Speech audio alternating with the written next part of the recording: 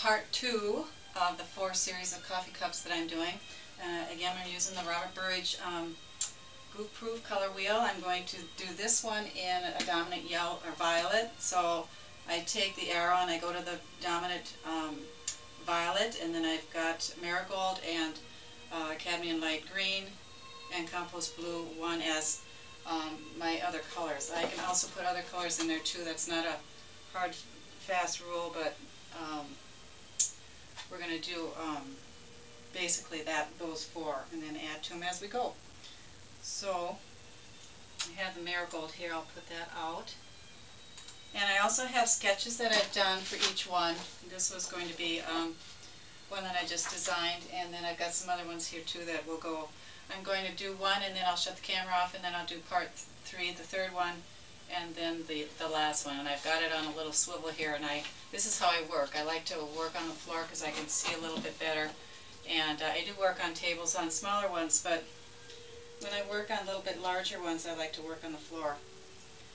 It just, I can see better. So what I'm going to do now is I'm just going to lay some color in. I'm going to go with the green first because it's a lighter color. And just going to add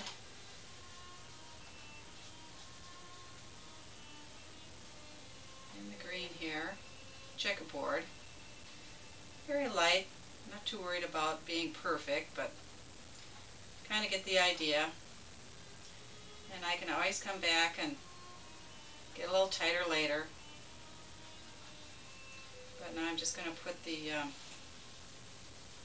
colors in. I'm going to do the gallery wrap here, so I'm going to be painting the sides too.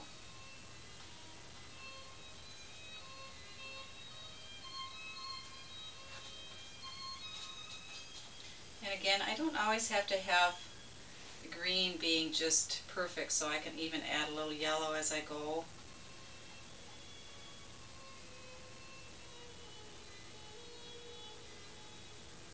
And these are videos that I just want to introduce to you, that just to come into an artist studio and to just see what we do every day. There's some people that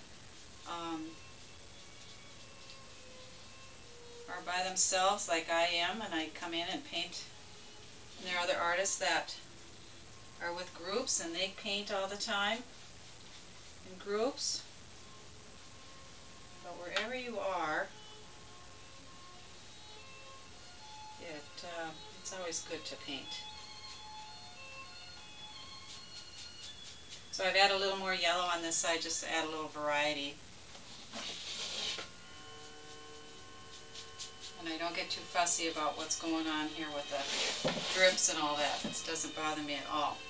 I do see something though I did right away, and that is I wanted just to have 3 levels here. So this is really good to show you that I'm going to turn this around and I'm going to put the background in. And I'm going to use my big brush here. And I want to have a little bit of yellow and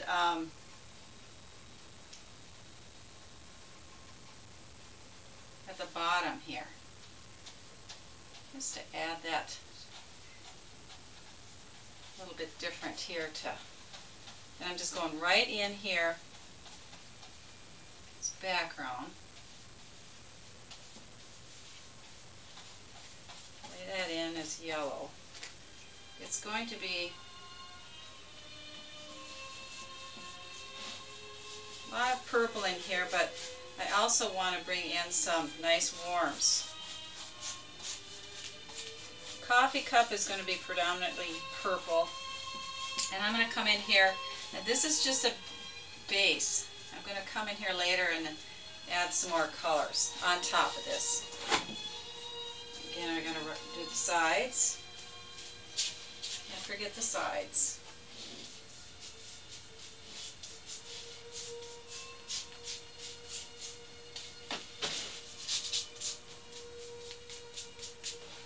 Love big brushes, love big brushes. And then for the coffee itself, I'm going to just have a little bit of right in through here. And this again is not going to be the original color, I'm just adding the first layer. Okay, so put that in a little bit.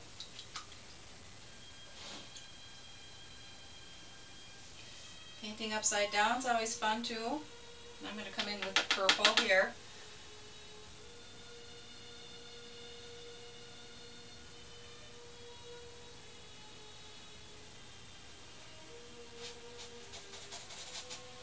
And white.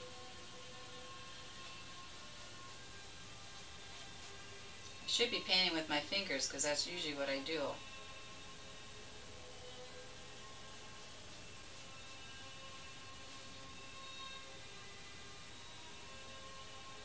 Fix the shape a little bit.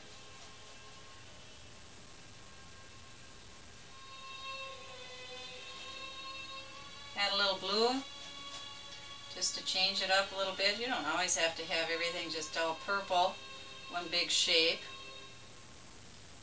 I like a little variety.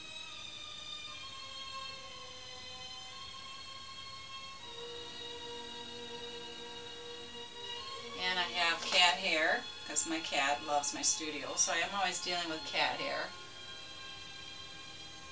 It's okay though.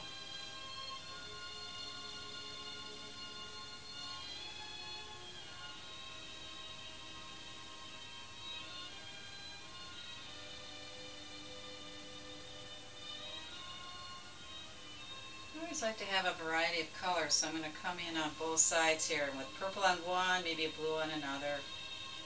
Just add a little different color. And then for the other checkerboard, what I'm going to do is a lighter purple. And if I don't like it, I'll change it to dark, and I'm already not liking it. It's not as dramatic as I want. So, guess what? It's going to get changed right now.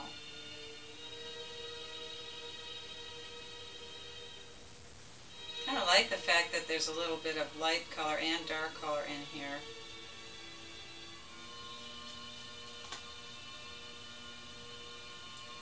And I can go back, fix the green, tighten that up a little bit. I'm going to just add a little bit of a white line there so I can define that coffee cup and the edge of that.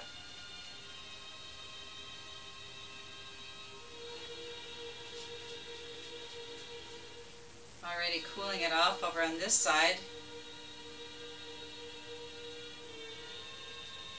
with more blue. Painting the sides.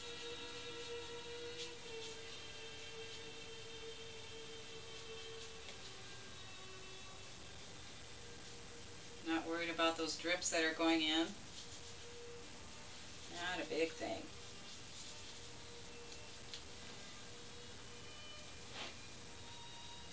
But you're kind of getting this idea of the painting itself.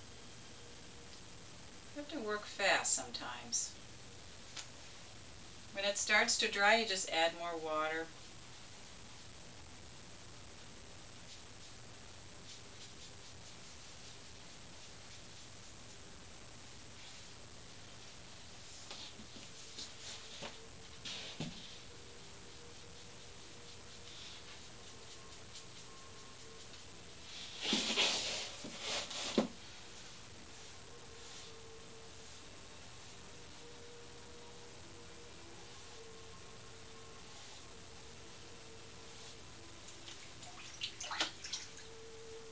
Dab your brush, you pick that right up.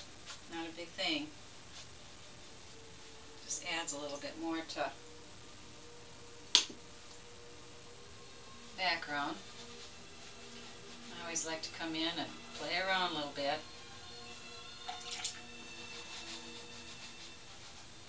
That's a little more. Grabbing some white here. White is a wonderful eraser to things. I also actually have purple on my fingers.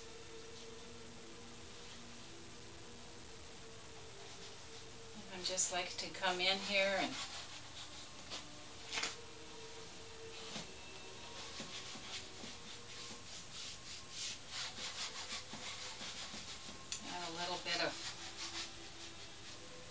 some texture and things like that. It's fun.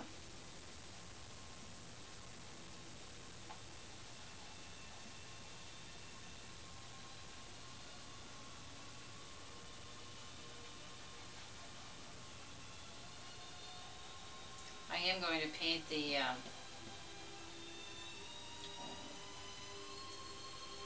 inside of this.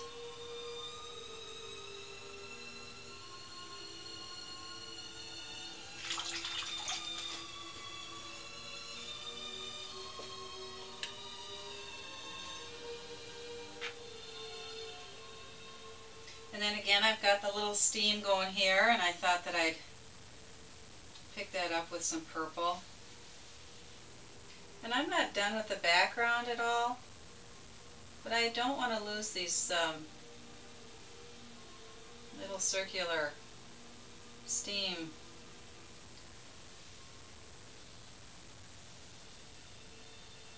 that I've added. So I just want to continue to keep those in there. Like what I'm seeing so far.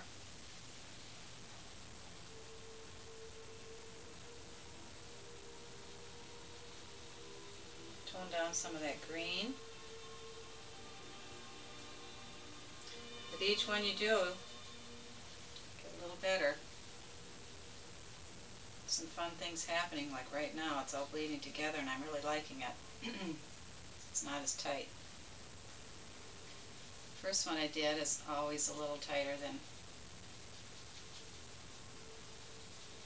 what you want.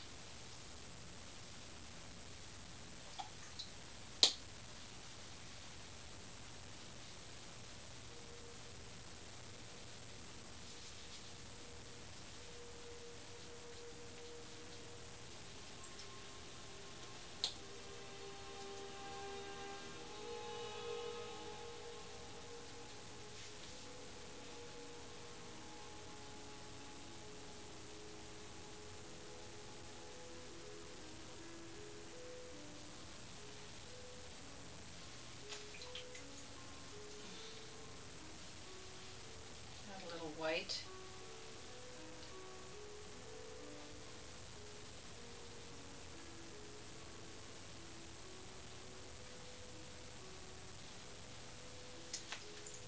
Oh, how wonderful is that? Love what's going on here now.